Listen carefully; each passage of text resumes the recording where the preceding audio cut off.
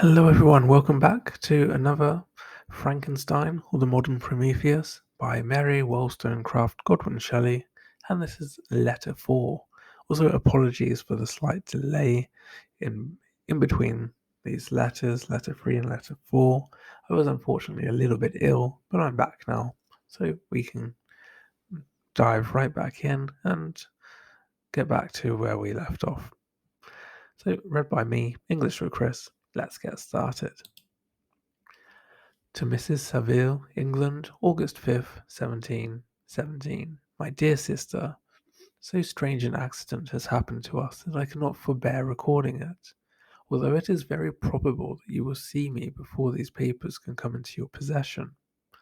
Last Monday, July 31st, we were nearly surrounded by ice, which closed in the ship on all sides, scarcely leaving her the sea room in which she floated.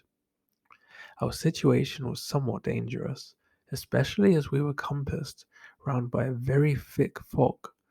We accordingly lay to, hoping that some change would take place in the atmosphere and weather. About 2 o'clock the mist cleared away, and we beheld, stretched out in every direction, vast and irregular plains of ice, which seemed to have no end. Some of my comrades groaned, and my own mind began to grow watchful and anxious thoughts, when a strange sight suddenly attracted our attention and diverted our solitude from our own situation. We perceived a low carriage fixed on a sledge and drawn by dogs, passed on towards the north at the distance of half a mile. A being which had the shape of a man, but apparently of gigantic stature, sat in the sledge and guided the dogs. We watched the rapid progress of the traveller with our telescopes until he was lost among the distant inequalities of the ice. The appearance excited our unqualified wonder. We were, as we believed, many hundred miles from any land, but this apparition seemed to denote that it was not, in reality, so distant as we had supposed. Shut in, however, by ice, it was impossible to follow his track, which we had observed with the greatest attention. About 2 hours after this occurrence we heard the ground sea, and before night the ice broke and freed our ship. We, however, lay to until the morning, fearing to encounter in the dark those large loose masses which float about after the breaking up of the ice. I profited of this time to rest for a few hours. In the morning, however, as soon as it was light, I went upon deck and found all the sailors busy on one side of the vessel, apparently talking to someone in the sea. It was, in fact, a sledge, like that which we had seen before, which had drifted towards us in the night on a large fragment of ice. Only one dog remained alive, but there was a human being within it, whom the sailors were persuading to enter the vessel. He was not, as the other traveller seemed to be, a savage inhabitant of some undiscovered island, but a European. When I appeared on deck, the master said, "Here is our captain, and he would not allow you to perish on the open sea." On perceiving me, the stranger addressed me in English, although with a foreign accent. "Before I came on board your vessel," said he, "will you have the kindness to inform me whither you are bound?" You may conceive my astonishment on hearing such a question addressed to me from a man on the brink of destruction, and to whom I should have supposed that my vessel would have been a resource which he would not have exchanged for the most precious wealth the earth can afford. I replied, however, that we were on a voyage of discovery towards the northern pole. Upon hearing this, he appeared satisfied, and consented to come on board. Good God, Margaret, if you had seen the man who thus capitulated for his safety, your surprise would have been boundless. His limbs were nearly frozen, and his body dreadfully emaciated by fatigue and suffering. I never saw a man in so wretched a condition. We attempted to carry him into the cabin, but as soon as he had quitted the fresh air he fainted. We accordingly brought him back to the deck and restored him to animation by rubbing him with brandy and forcing him to swallow a small quantity. As soon as he showed signs of life, we wrapped him up in blankets and placed him near the chimney of the kitchen stove. By slow degrees he recovered and ate a little soup, which restored him wonderfully. 2 days passed in this manner before he was able to speak, and I often feared that his sufferings had deprived him of understanding. When he had in some measure recovered, I removed him to my own cabin and attended to him as much as my duty would permit. I never saw a more interesting creature. His eyes have generally an expression of wildness and even madness, but there are moments when, if anyone performs an act of kindness towards him or does him the most trifling service, his whole countenance is lighted up, as it were, with a beam of benevolence and sweetness that I never saw equalled. But he is generally melancholy and despairing, and sometimes he gnashes his teeth as if impatient of the weight of woes that oppresses him. When my guest was a little recovered, I had great trouble to keep off the men, who wished to ask him 1,000 questions, but I would not allow him to be tormented by their idle curiosity, in a state of body and mind whose restoration evidently depended upon entire repose. Once, however, the lieutenant asked why he had come so far upon the ice in so strange a vehicle. His countenance instantly assumed an aspect of the deepest gloom, and he replied, "To seek one who fled from me." "And did the man whom you pursued travel in the same fashion?" "Yes." "Then I fancy we have seen him, for the day before we picked you up we saw some dogs drawing a sledge, with a man in it, across the ice." This aroused the stranger's attention, and he asked a multitude of questions concerning the route which the Damon, as he called him, had pursued. Soon after, when he was alone with me, he said, "I have doubtless excited your curiosity as well as that of these good people, but you are too considerate to make inquiries. Certainly it would indeed be very impertinent and inhuman in me to trouble you with any inquisitiveness of mine. And yet you rescued me from a strange and perilous situation. You have benevolently restored me to life." Soon after this, he inquired if I thought that the breaking up of the ice had destroyed the other sledge. I replied that I could not answer with any degree of certainty, for the ice had not broken until near midnight, and the traveller might have arrived at a place of safety before that time, but of this I could not judge. From this time a new spirit of life animated the decaying frame of the stranger. He manifested the greatest eagerness to be upon deck to watch for the sledge, which had appeared before. But I have persuaded him to remain in the cabin, for he is far too weak to sustain the rawness of the atmosphere. I have promised that some one should watch for him and give him instant notice if any new objects should appear in sight.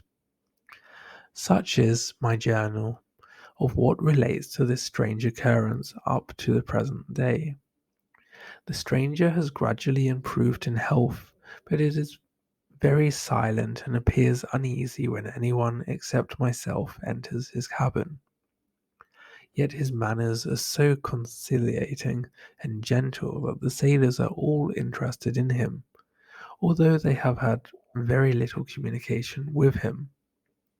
For my own part, I began to love him as a brother, and his constant and deep grief fills me with sympathy and compassion. He must have been a noble creature in his better days, being even now in wreck so attractive and amiable. I said in one of my letters, my dear Margaret, that I should find no friend on the wide ocean, yet I have found a man who, before his spirit had been broken by misery, I should have been happy to have possessed as a brother of my heart. I shall continue my journal, concerning the stranger at intervals, should I have any fresh incidents to record. August 13th, 1717.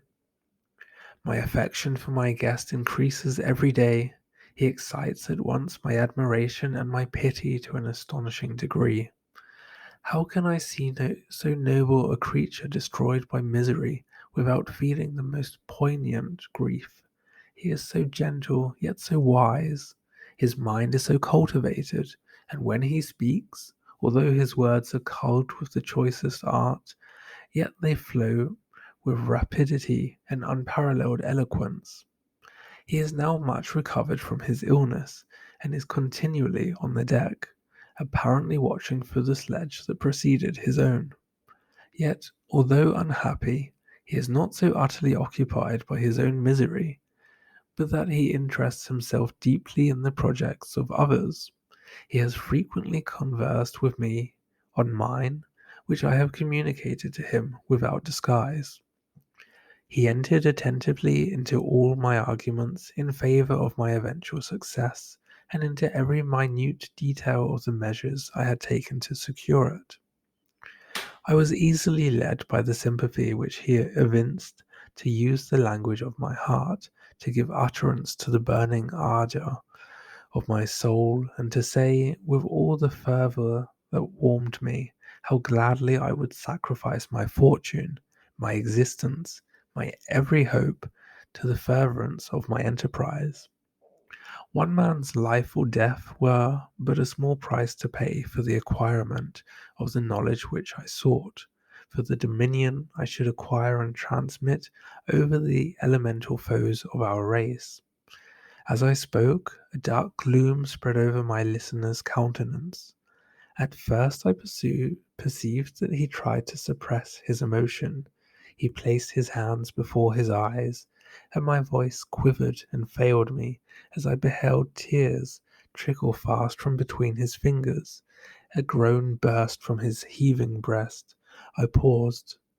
At length he spoke, in broken accents. "Unhappy man! Do you share my madness? Have you drunk also of the intoxicating draught? Hear me, let me reveal my tale, and you would dash the cup from your lips." Such words, you may imagine, strongly excited my curiosity, but the paroxysms of grief that had seized the stranger overcame his weakened powers, and many hours of repose and tranquil conversation were necessary to restore his composure. Having conquered the violence of his feelings, he appeared to despise himself for being the slave of passion, and quelling the dark tyranny of despair. He led me again to converse concerning myself personally. He asked me the history of my earlier years. The tale was quickly told, but it awakened various trains of reflection.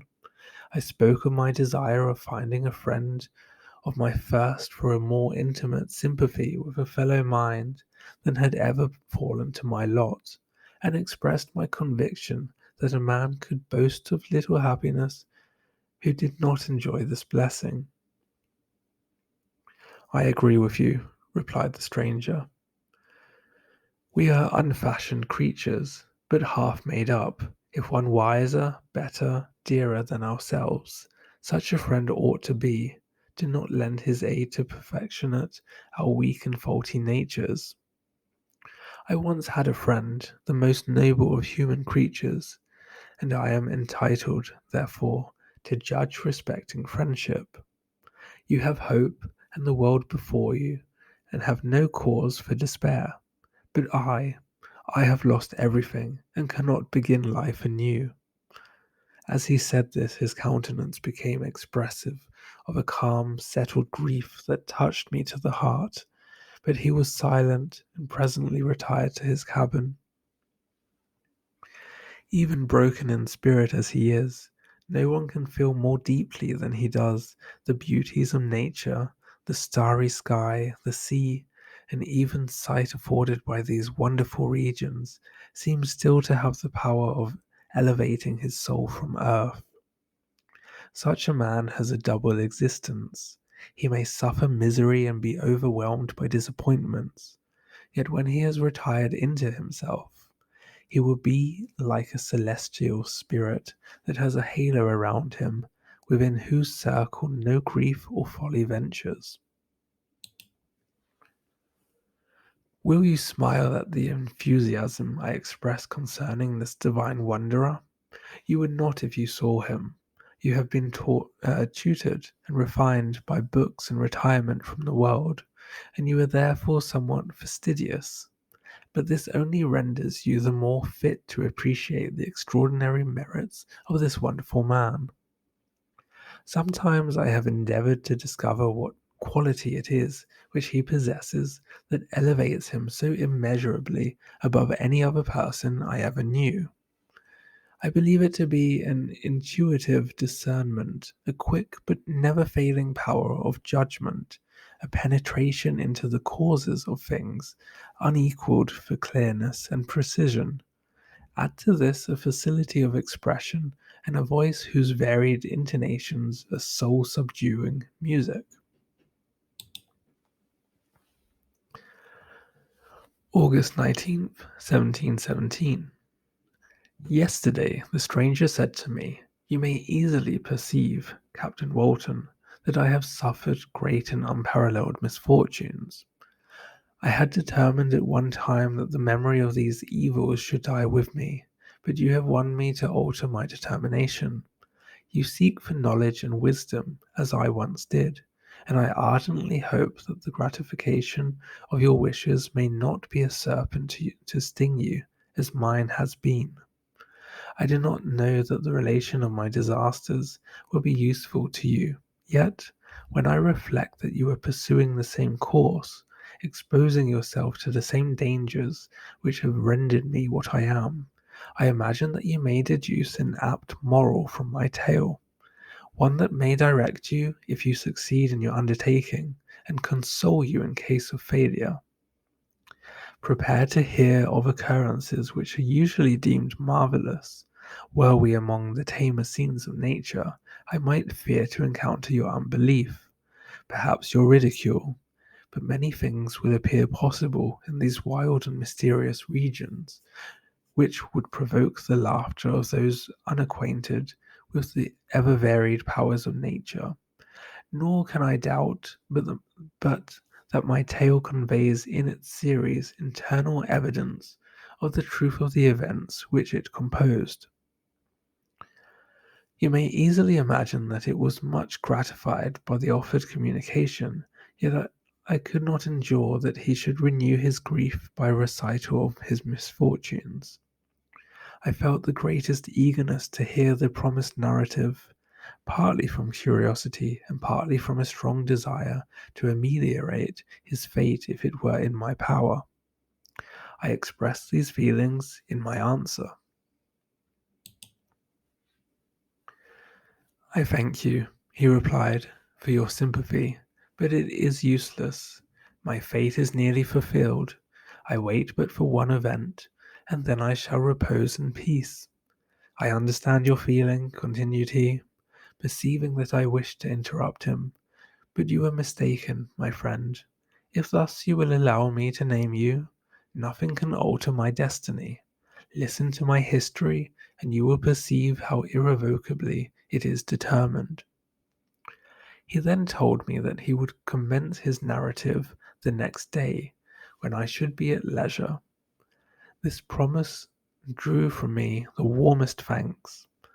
I have resolved every night, when I am not imperatively occupied by my duties, to record as nearly as possible in his own words what he has related during the day.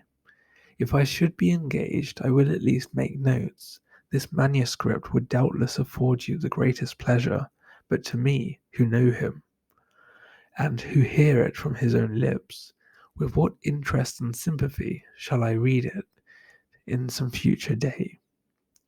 Even now, as I commence my task, his full-toned voice swells in my ears, his lustrous eyes dwell on me with all their melancholy sweetness. I see his thin hand raised in animation, while the lineaments of his face are irradiated by the soul within. Strange and harrowing must be his story, frightful the storm which embraced the gallant vessel on its course and wrecked it. Thus. Okay, that's it for this reading. Please do join me again next Sunday for chapter 1. So, yep, chapter 1. We've been reading the chapters so far, the letters so far, and now we'll be moving on to the actual chapters. If you did enjoy, please don't forget to like and subscribe. Who knows, maybe I'll send Frankie after you if you don't. Okay, just joking, of course. Okay, enjoy the rest of your day. Take care, all the best, and bye for now. Bye-bye.